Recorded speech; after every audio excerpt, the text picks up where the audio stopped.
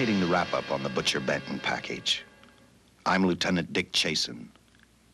This hadn't been a routine case, and to find the answer, I've had to put a lot of little pieces together. It began on the day most cases can be called closed.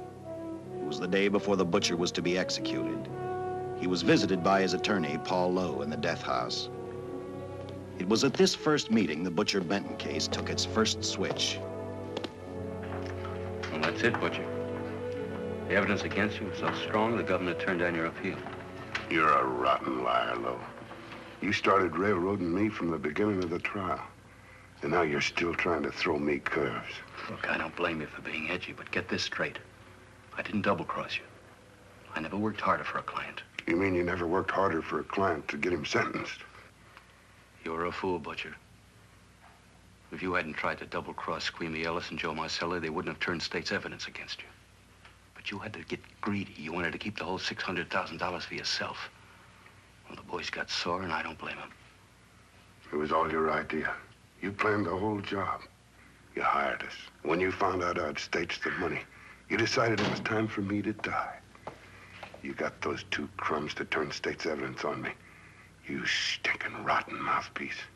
We both know that isn't true, Butcher. Now, look, what's the sense in not giving me the money? It's not gonna do you any good. Well, I'll have the satisfaction of knowing that none of you three crumbs are gonna spend it. What about Eva? Don't you owe her something? You tell me where the money is, I'll see that she gets your share. I've got a different idea. I'm gonna kill you and Squeamy and Joe. Then I'll take care of Eva myself. You thick-headed ape, you're gonna die tomorrow. Remember what I said. I'm gonna get you, all three of you. Even for you, Butcher, that'd be quite a trick. So long, dead man. Remember what I said. I'm gonna kill you, all three of you.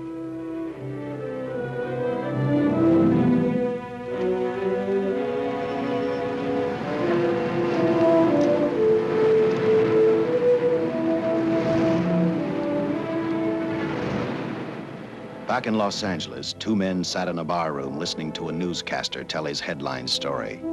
He played up big the butcher's threat to kill Paul Lowe, Squeamy Ellis, and Joe Marcelli for their having turned state's evidence against him. Squeamy Ellis didn't seem happy over the butcher's threat. Neither did Joe Marcelli. But they had figured, once a dead man, always a dead man. But this was one time everyone was in for a surprise, including the entire police department.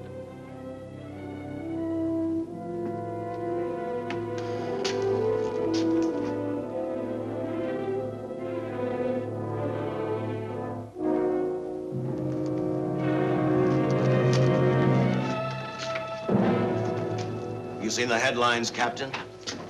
Teletype just came in from San Francisco. Butcher's execution is set for 5 o'clock this afternoon. And like the newspapers say, he still refuses to talk about that stolen money. Well, I still have hopes of coming up with something. That's what I dropped by for, Dick. With Butcher's execution, the department's marking it case closed. That means you'll be reassigned. I've spent a whole year trying to break this case. As far as I'm concerned, Butcher's death is just the beginning. Of course, I can't prove it, but I think that Paul Lowe was the top man. And even though I have to keep working on it while off duty, I'm going to get Lowe, Squeamy Ellis, and Joe Marcelli. Okay, Lieutenant. Officially, I've taken you off of the case. Unofficially, I wish you luck. Do me a favor. Keep me posted. Will do. Thanks, John. I headed for Eva Martin. She worked in a local burlesque house. I'm a cop, and my job is to ask questions and get answers. So I decided I might as well start again with her.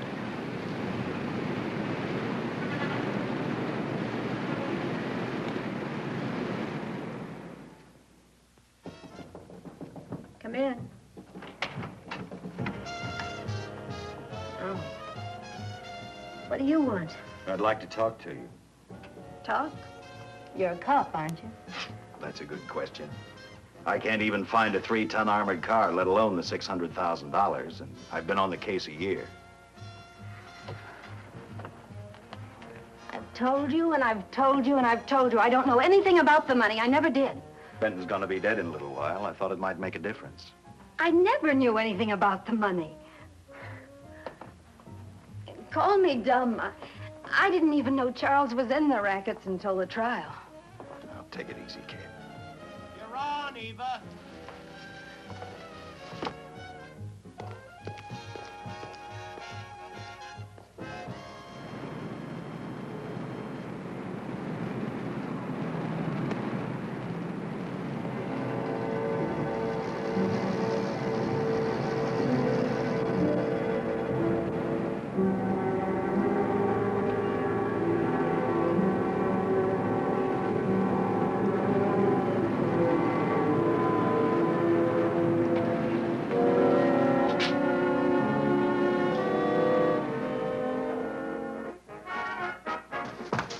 Honey, here's your wrap.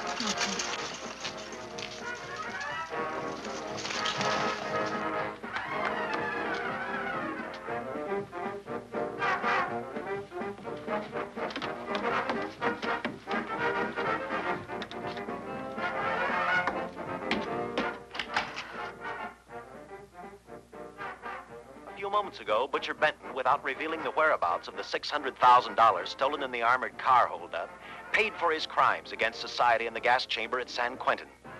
Now for a look at the international scene. Today...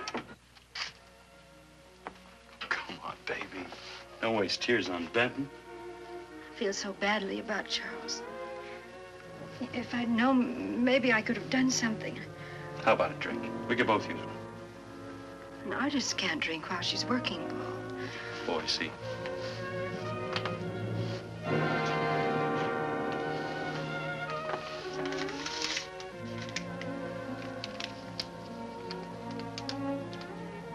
What's that? Well, now what's the matter? It's a message from Charles. He told me to open it if he died. Finale, Eva. All right. How about a steak after the show? No, thanks. Not tonight, Paul.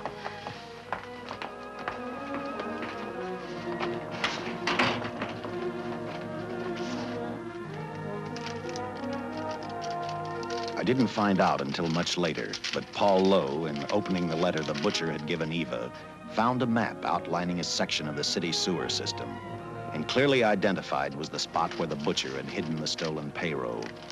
He replaced it with a $50 bill. I guess he figured $50 to gain $600,000 was not a bad day's work.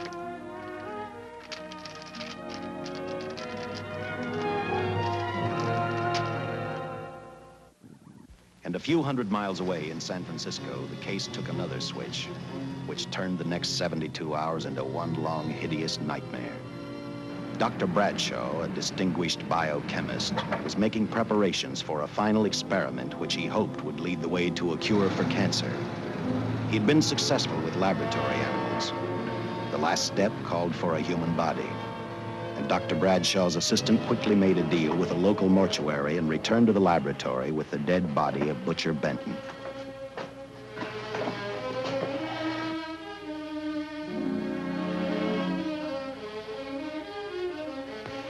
You made good time. Well, I didn't waste any. Any trouble? No, I just handed the money over and moved the body into your station wagon. That was that. Good. Get a syringe.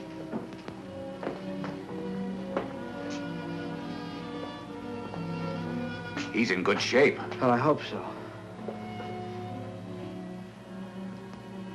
We'll get other blood samples later. We'll run this one through fast. Right. Now wheel him into the machine and then raise him. Right.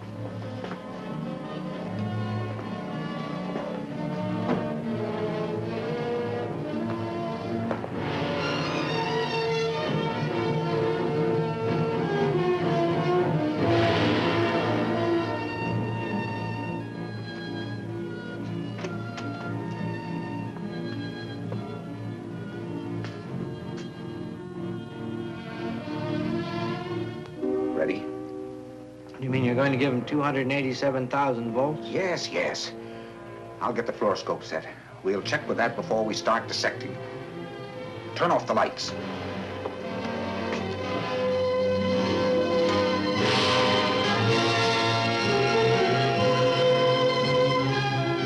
There you are, old boy. If you respond properly and my theory is sound, you'll be more famous dead than alive. Throw the switch.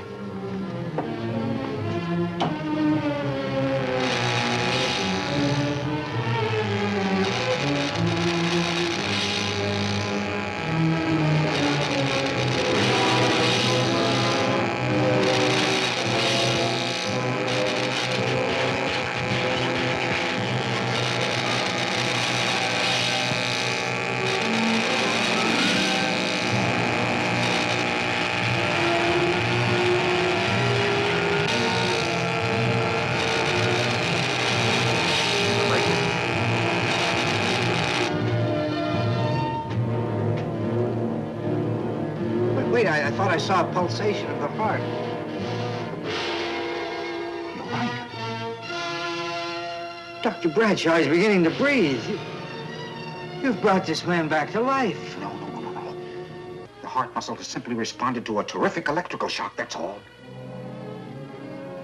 Yes, but it does prove that the cells still function. Dr. Bradshaw, he is alive. A shock reaction, it can't last. His cells are multiplying now, if your theory is right. If we could keep that reaction going longer. But it's worth a try. Get the body out.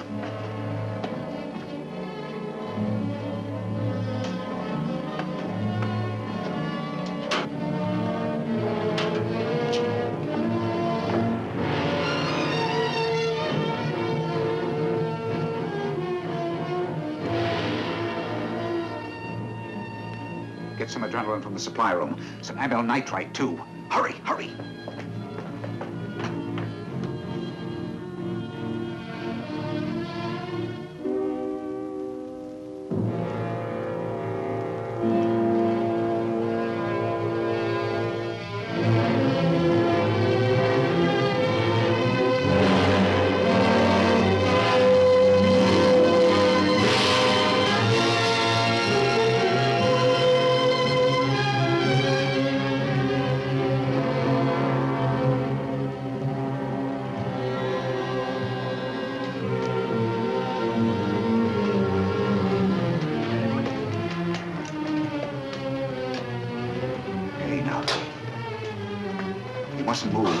Your heart can't stand the strain. Now, you must lie still. Please, please. Easy now. Easy. Easy. You must lie. Easy, please.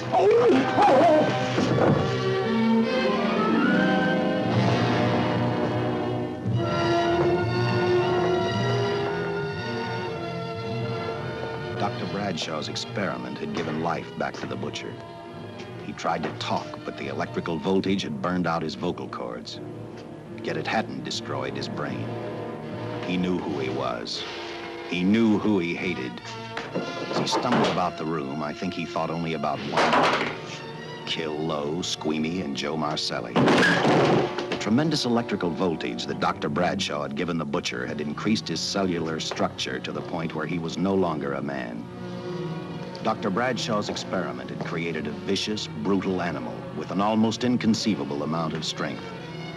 Dr. Bradshaw must have believed the butcher's regained life would last for only a few minutes. Therefore, instead of calling for help, the doctor decided to handle his creation alone. Now, easy, Benton. Just relax. I'm a doctor. I want to try to help you. Do you understand me? You're in my laboratory. The execution was carried out and you were declared dead. I tried an experiment on you and brought you back to life, although I didn't intend that. Now, you've had a great shock. Now come and sit down. Now, be quiet. Now, come and sit down. Take it easy. That's the boy.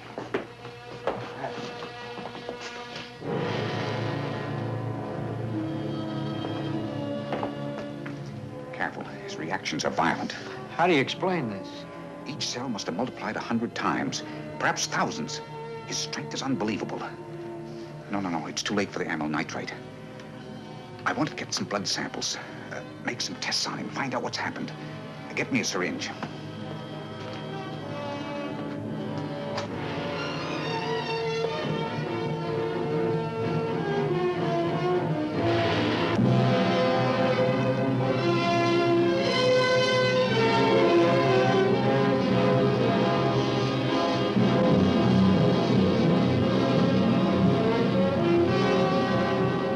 Why won't the needle penetrate the skin?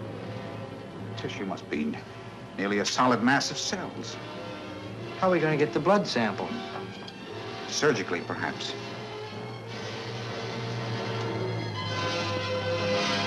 Now, easy, man. Take it easy. You can't leave here now. I'm responsible for your being alive.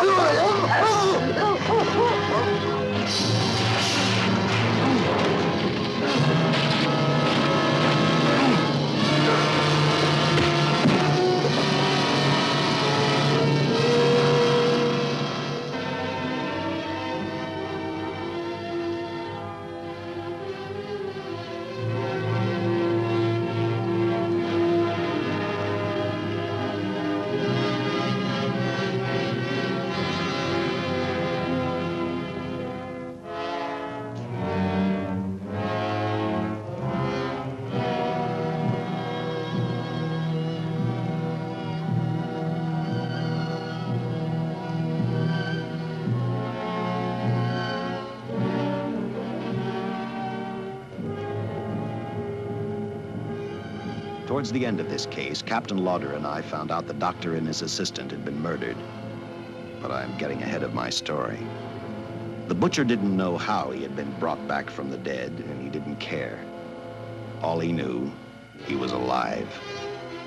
Then this monster-made man started thinking about Los Angeles.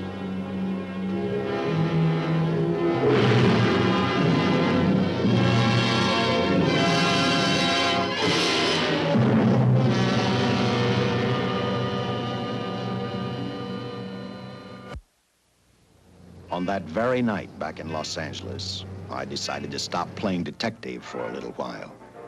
I went to the burlesque house to ask Eva to have dinner with me.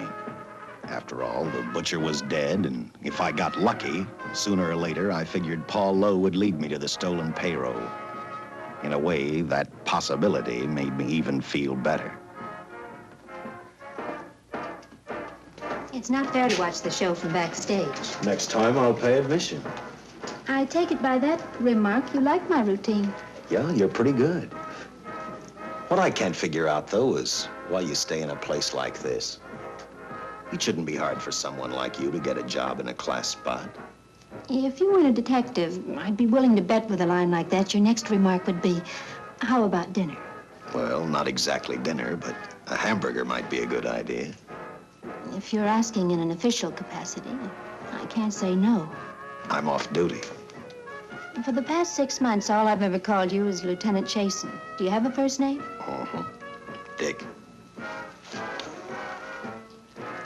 Give me 10 minutes for a quick change, because you just made yourself a date, Lieutenant.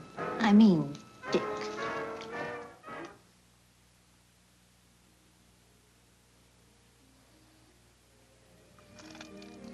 You know something, Dick? I haven't had hamburger in the front seat of an automobile with a guy in a lot of years. Well, from now on, we'll do it more often. It's funny. I always figured a policeman wasn't really a human being. I mean, unless he was arresting someone or trying to solve a case, he was unhappy. Shows you how wrong you are. In fact, everyone on the force gets fed up occasionally with the job they do. Maybe we're more human than anyone else. We see so much trouble, we get to hate the word. But as long as the world's filled with people, there'll have to be men who enforce the laws. What made you join the department? Now who's making with the questions? No, honest, I'd like to know. Well, it's really a very short story. When I got out of the Air Corps, I knocked around for a while. Well, I went to work for an oil company.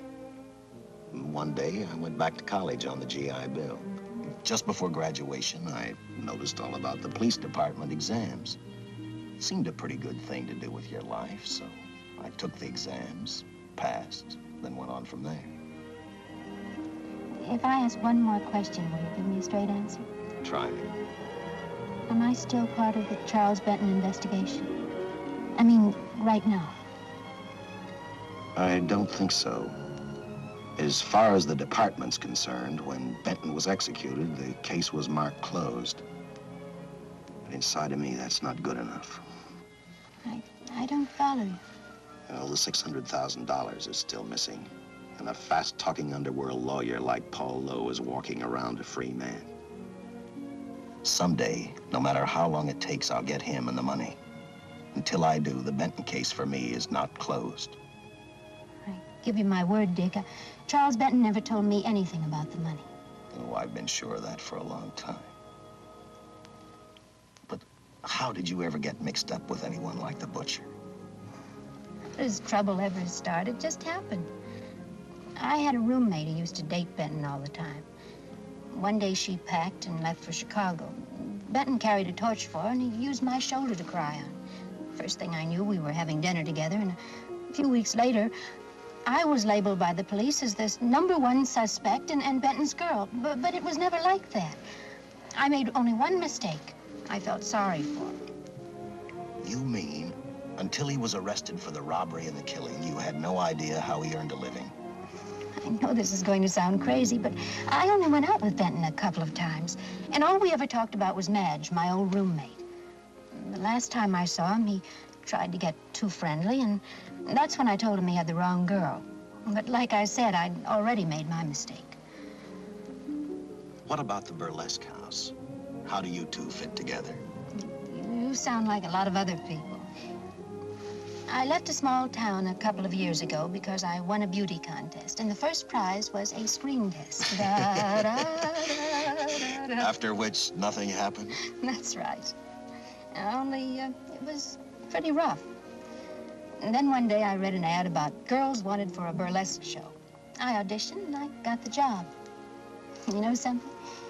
It's like any other job. If you're looking for trouble, you can find it even in a schoolroom. Well, when the screen test didn't work out, though, why didn't you go on home? Well, first you have to have a home to go back to. My folks are dead, so Los Angeles was as good as any place else. I don't know about you, but I do 8 shows a day, and at this hour, I'm bushed.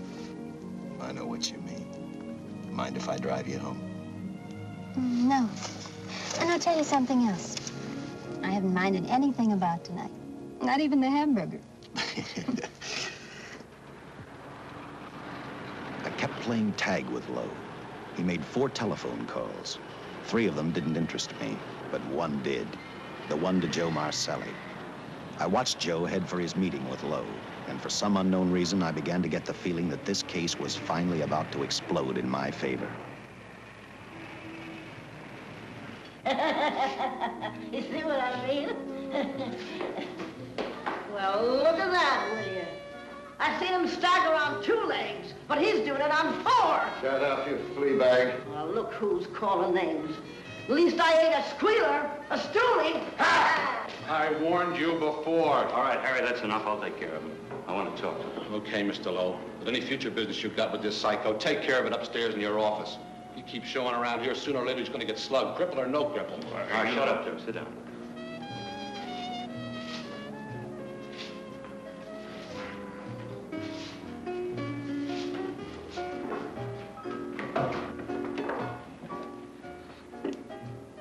I need a shot, bad. You'll get one after I've talked to you. You sober enough to understand? Yeah, I run out of dough. No wonder. Look at you. You used to be the best torch man in town. Now I don't think you could crack a safe if you knew the combination. No jobs. Nobody wants me since I turned stakes on Benton. That's your doing. You taught me. All right, quit crying. I got a job for you. If you can stay off that stuff long enough. You know I can if I've got a job. How much? What is it? There's $2 grand in it for you. Where? Right near where he pulled the job. Interested? $2 grand ain't much out of 600,000. There'll be other expenses. Besides, that money's plenty of. Now, you want it or do I get another boy? I'll do it. How soon do you want me to go to work? Set it up for tomorrow night. Call me before noon. I'm going to the races. 1. And that's all. The job's over.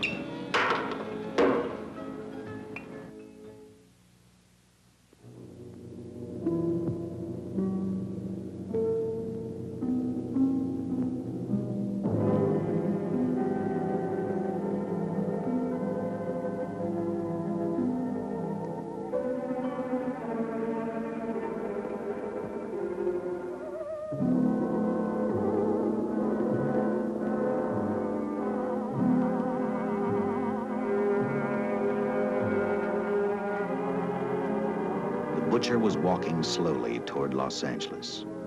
He'd traveled through wooded hills to prevent being seen by anyone. Finally, he came to a quiet road. He stopped to get his bearings. And then he saw her. He saw something else. An automobile. For the butcher, that rang a bell. With a car, he knew by the next afternoon he'd be in Los Angeles in plenty of time to catch up with the 3 men who had double-crossed him.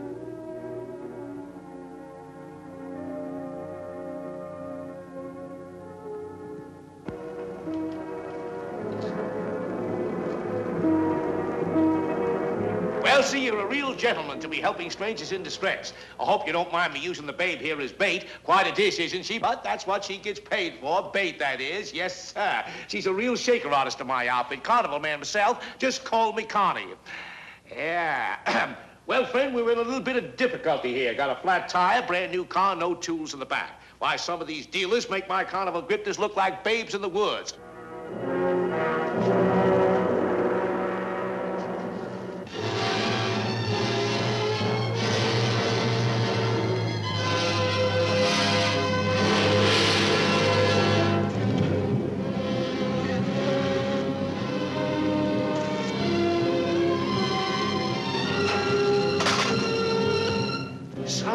Holy. Say, who you with, friend? Let it down. Let it down. No matter who you with, friend, believe me, I can do better for both of us. I'll make a fortune for the both of us. Oh!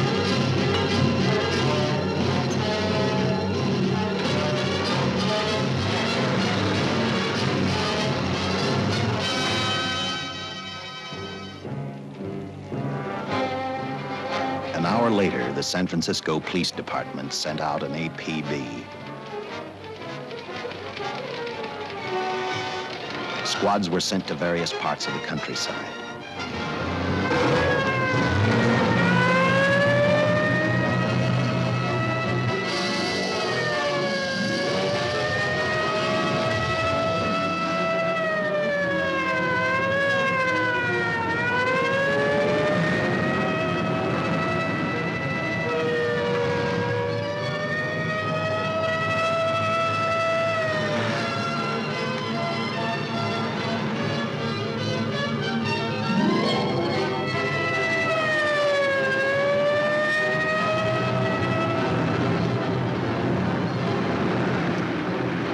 Roadblocks were thrown up to catch the cold-blooded killer the hysterical girl had described. Each squad kept reporting back to Central Headquarters, and each of their stories was the same. So far, none of them had spotted the car the killer was driving. Orders were given to shoot to kill, because from the girls' further accounts, they realized they were dealing with a maniac.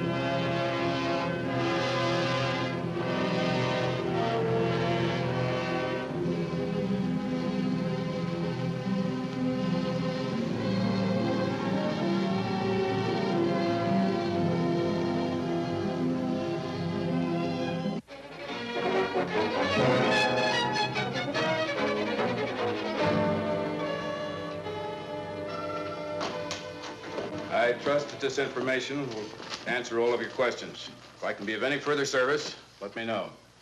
Sincerely, J.I. Louder, Captain Police, L.A. Here's another all points from CHP, Captain.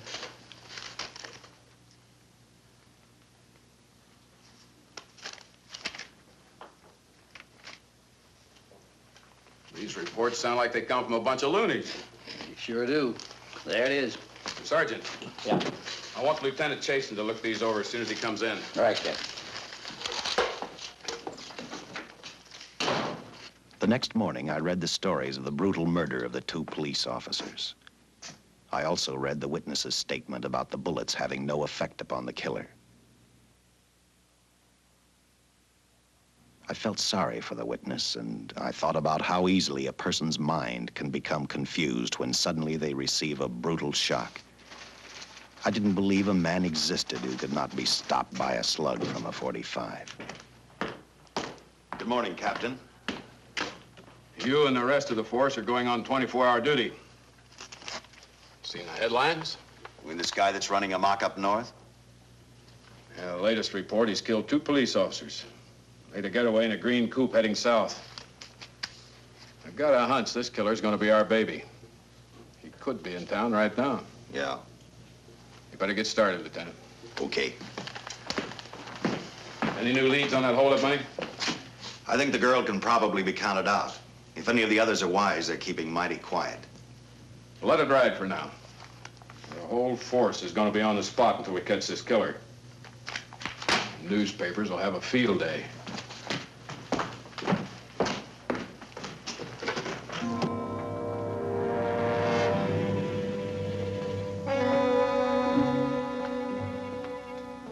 We were wrong about 2 things.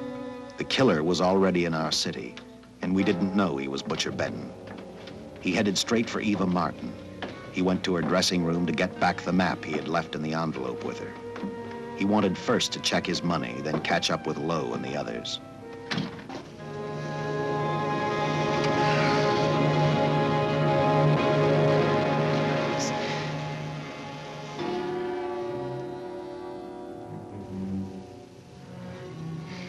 Can't be.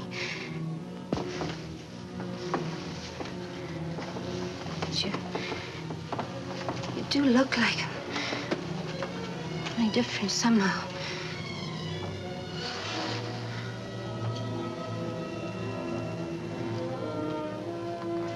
It is you. Why didn't somebody tell me? What's happened, Charles? Those look like bullet holes. Are they?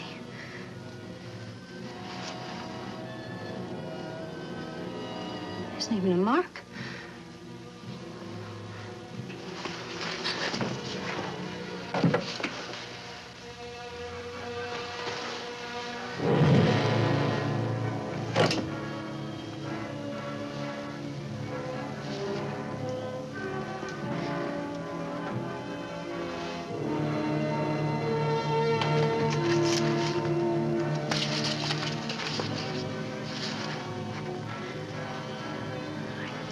I opened it like you told me, and I found the $50. I didn't know why you left him.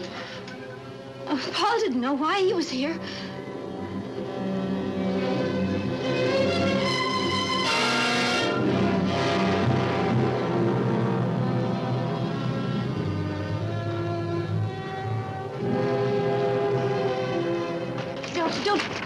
Don't get crazy. The name of Paul triggered his hate. He left her dressing room and started for Squeamy Ellis and Joe Marcelli's place. Because he knew, with them out of the way, Paul Lowe couldn't open the strongbox where the money was hidden. He thought of Squeamy and Joe first. He was saving Paul Lowe for last.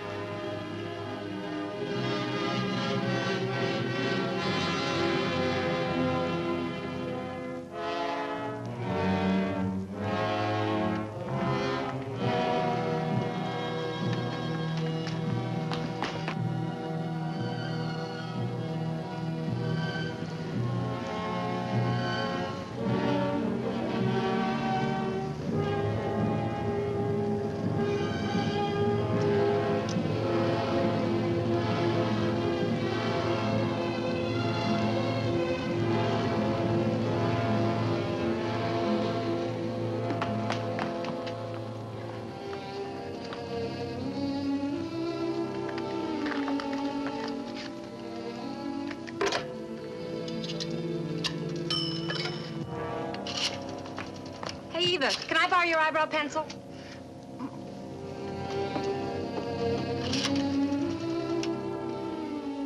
Operator, get me police headquarters. Lieutenant Chasen, please. When do you expect him? Well, tell him Charles Benton is alive, and even bullets can't stop him. I'm not crazy. Just say a friend of Charles, he'll know.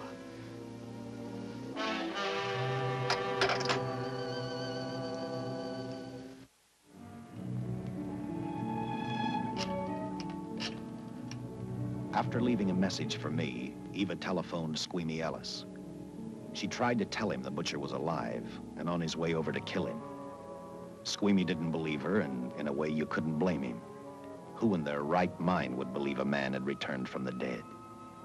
What Squeamy actually believed was that the butcher, before his execution, had hired a killer to carry out his threat.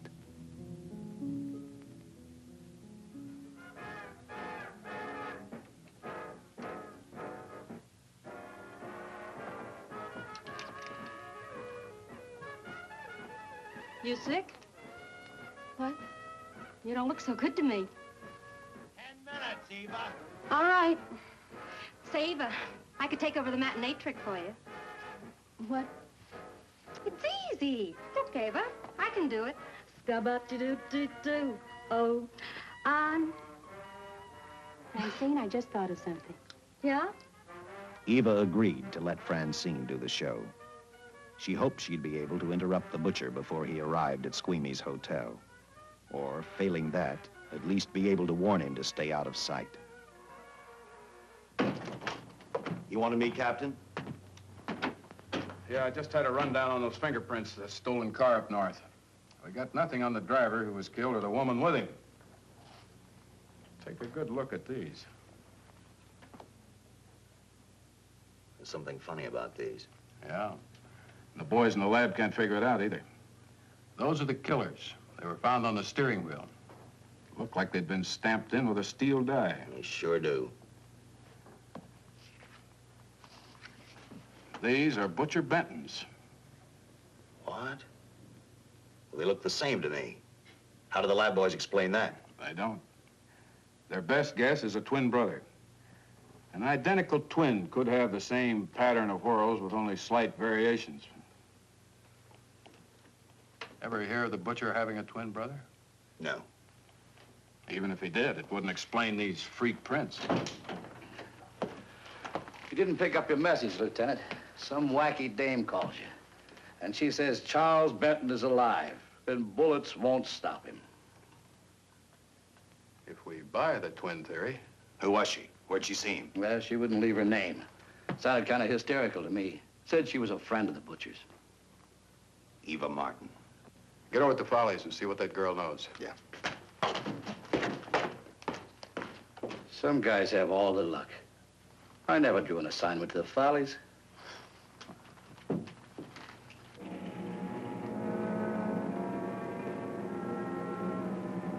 Meanwhile, the butcher headed for Squeamy's hotel. He didn't seem to be in any particular hurry. Actually, he seemed like any normal person, on his way to work or on his way home.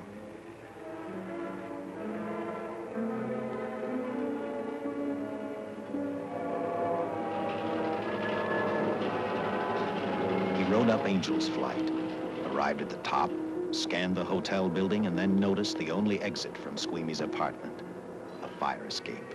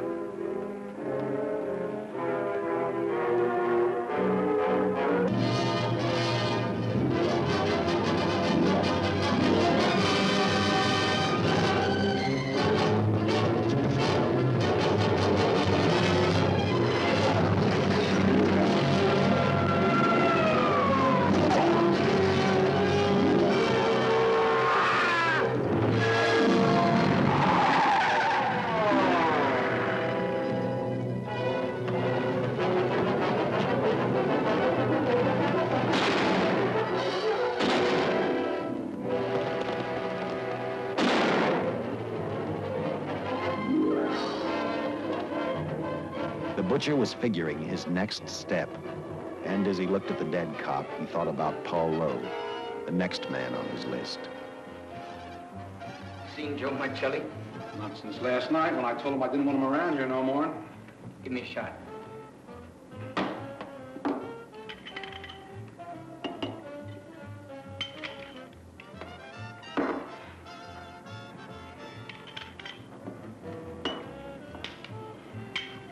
Look, I need help. Just found out that Benton's hired a killer to get me. He's after Joe, too. Well, then drink up and get out. I don't want no trouble around my place. You're a real pal. Drink up and get out, I said.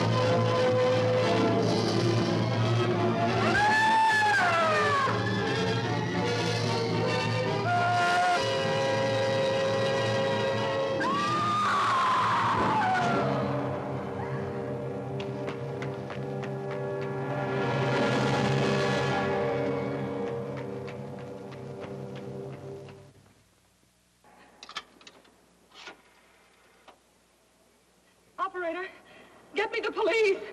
Police! Yes!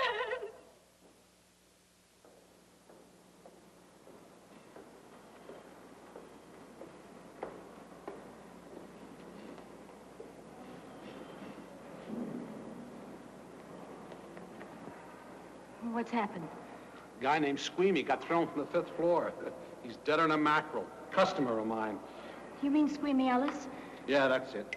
Just Squeamy. No one else was killed. Ain't one enough?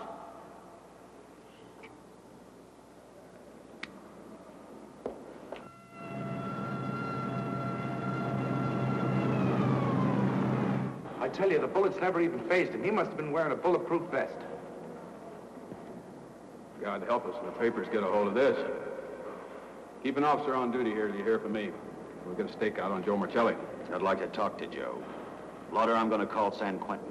Suppose Benton is alive. Every available man's been put on the case now. Yes, sir. All right. All right.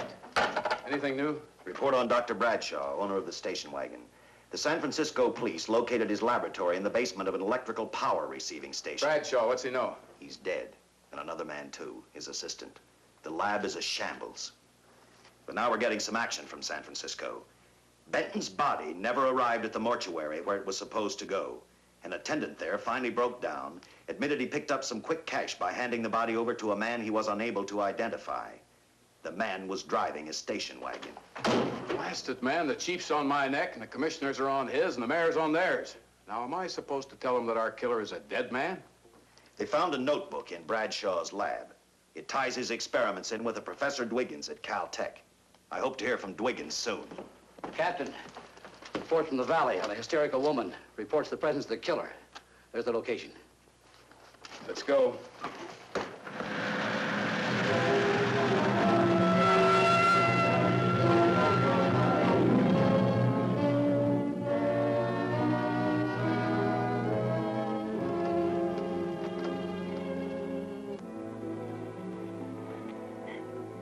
You and your boyfriend had a little fight, and he got out of the car to take a walk. You noticed that he walked down toward the sump area in the direction where you'd seen those lights a short while before. What happened then, miss? Please try to tell us. Well, I just sat there a few minutes, I guess. I was pretty mad. Then there was a loud crash, like heavy metal, sort of, from down here. I got out of the car to get a better look. I heard Jimmy cry out something. I couldn't make out the words. Then down here, in a patch of light, was Jimmy. And coming toward him was this man. Big man. Lifted Jimmy up over his head like he didn't weigh a thing. Jimmy screamed. Just once, before he broke Jimmy's back. I heard it snap, that far away. Then I started running till I found this house. They let me use the phone. Thank you, mate. We'll see that you get home now. O'Malley, see that the young lady gets home all right. Paul Lowe, while driving to his office, heard a radio commentator report the murder of Joe Marcelli. And what shocked him most was when the broadcast identified the killer as possibly being the butcher. Lowe headed straight for Eva Martin at the Burlesque Theater. Oh, you gave me a start, Mr. Lowe. What are you doing here? Where's Eva? Oh, I'm taking her place. I'm going to wear her costumes. What's it to you? I asked you, where's Eva? Hey, don't get physical. Well, watch your tone of voice, Buster. I told you. Little Eva isn't here. I could see that for myself. Where is she? She's at police headquarters. That's where she is. Yes, sir. No, sir. Captain Lauder's still with the mayor. The killer dropped out of sight. He was last seen in the Hollywood area. Yes, sir. We know he's dangerous. Every angle's being covered. Yes, sir. I'll tell him.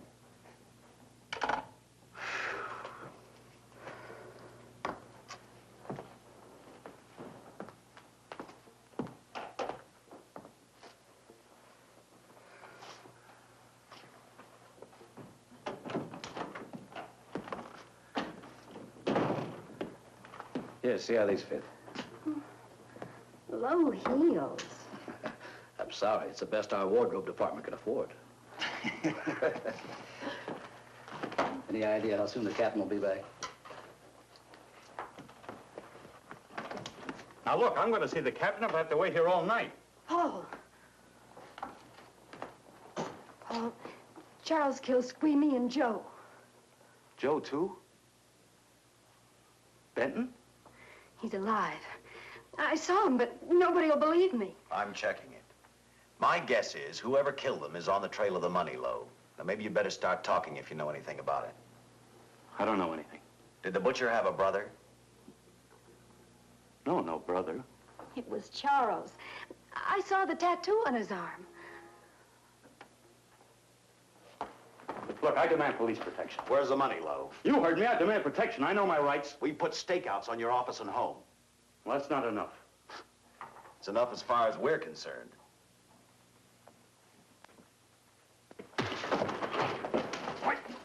Now you gonna book me, Sergeant? Then throw away the key.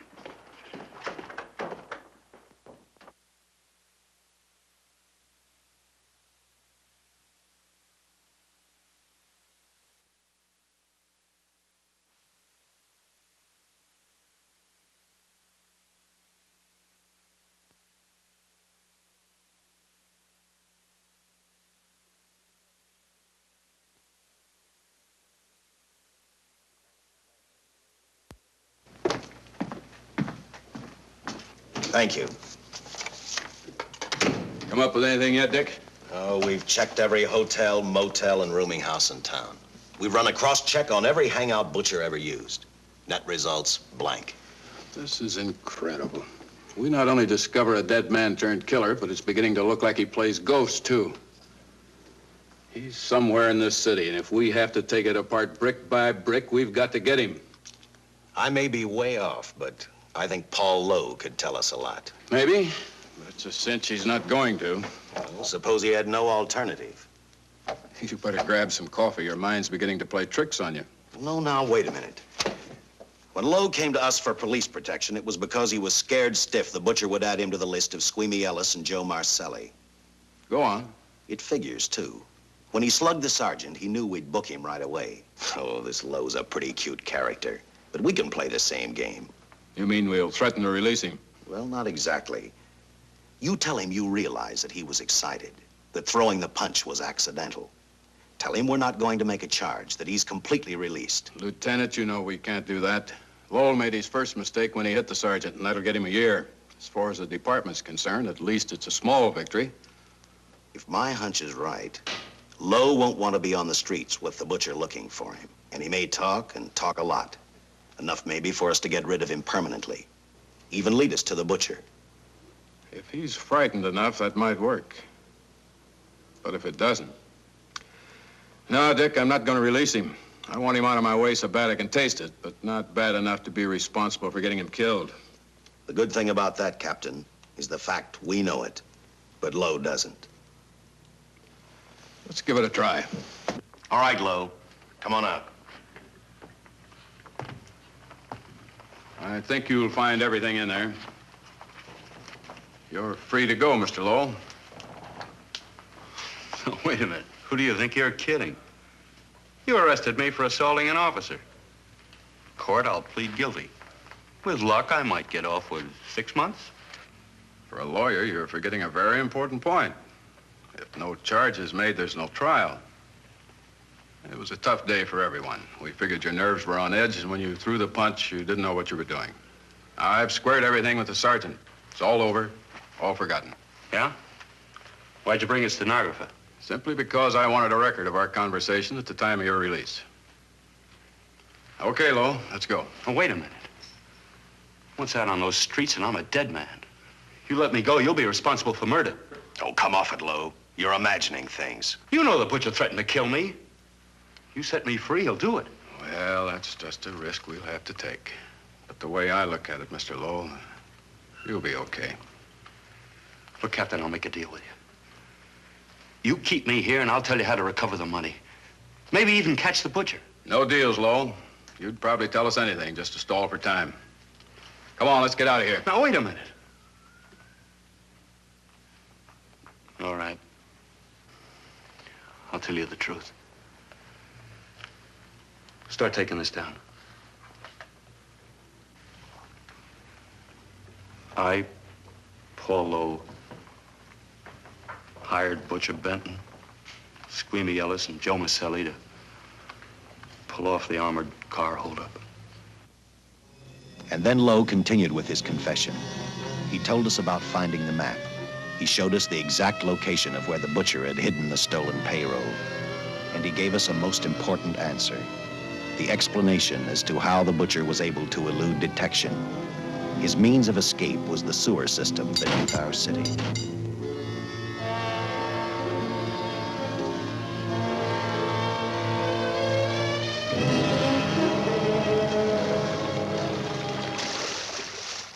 The department went to work fast. Every police squad in the city was detailed to cover a specific area. Every entrance and exit to the Los Angeles city sewer system of 700 miles was covered. Captain Lauder and I, along with several other squads, headed for the entrance where, according to the map, Butcher had hidden the money. Our job was to stop him, and that made me think of one specific question. When we found him, could this monster be stopped? I, for one, wasn't sure.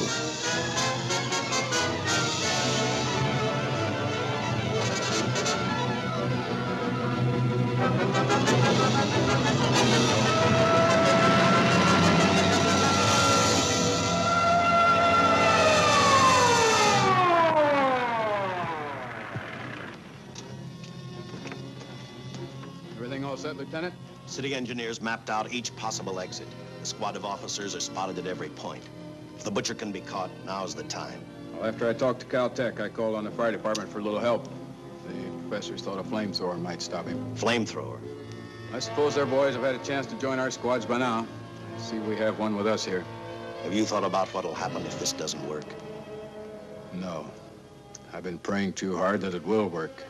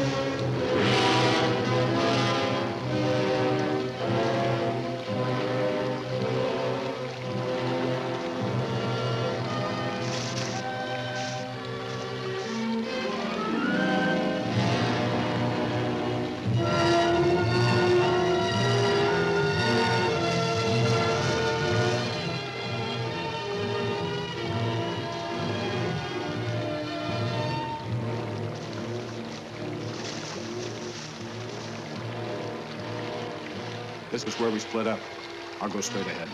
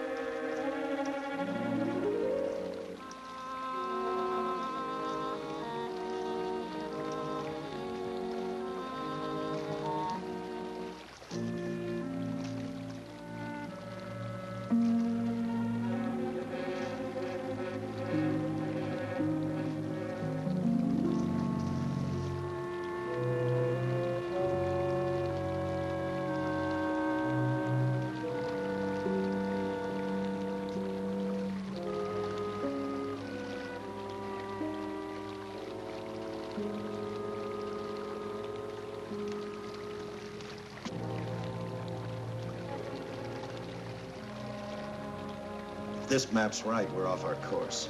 We'll have to backtrack.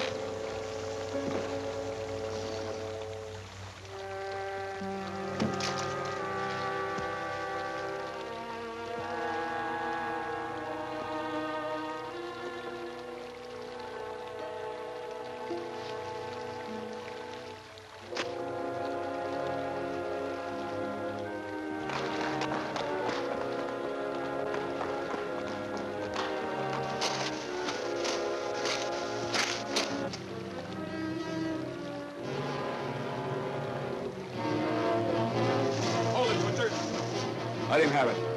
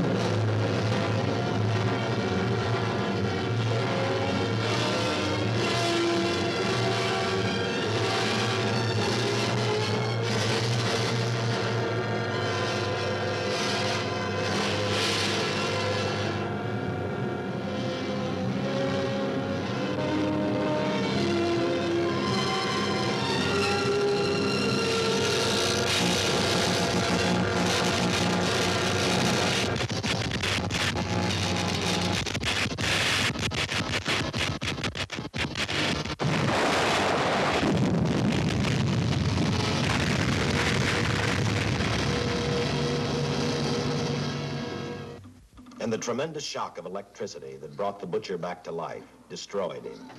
The $600,000 stolen in the armored truck robbery has been recovered. Case closed. Well, here are the scientist's comments for your records.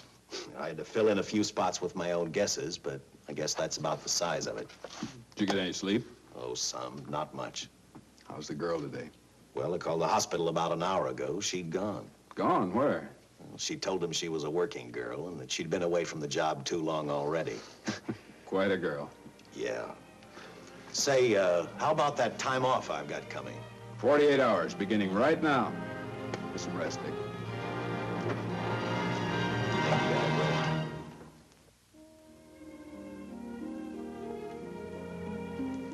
know something, Dick? The past 72 hours seem like a bad dream. That rest in the hospital today really gave me a new lease on life. Now that it's over, I can't believe it actually happened. The important thing is to remember it is all over. I suppose you'll be assigned to another case. Now, I'll have to give up hamburgers in the front seat of the car for steaks in a restaurant. No, I've thought about that. In fact, I decided to do something about it. I started by talking the captain into a short holiday, and just about an hour ago, I got you fired. What? What did you do that for? I figured that being my wife would take up all of your time. Even if I wanted to say no, I couldn't. You're not supposed to say no to a detective. I figured that, too.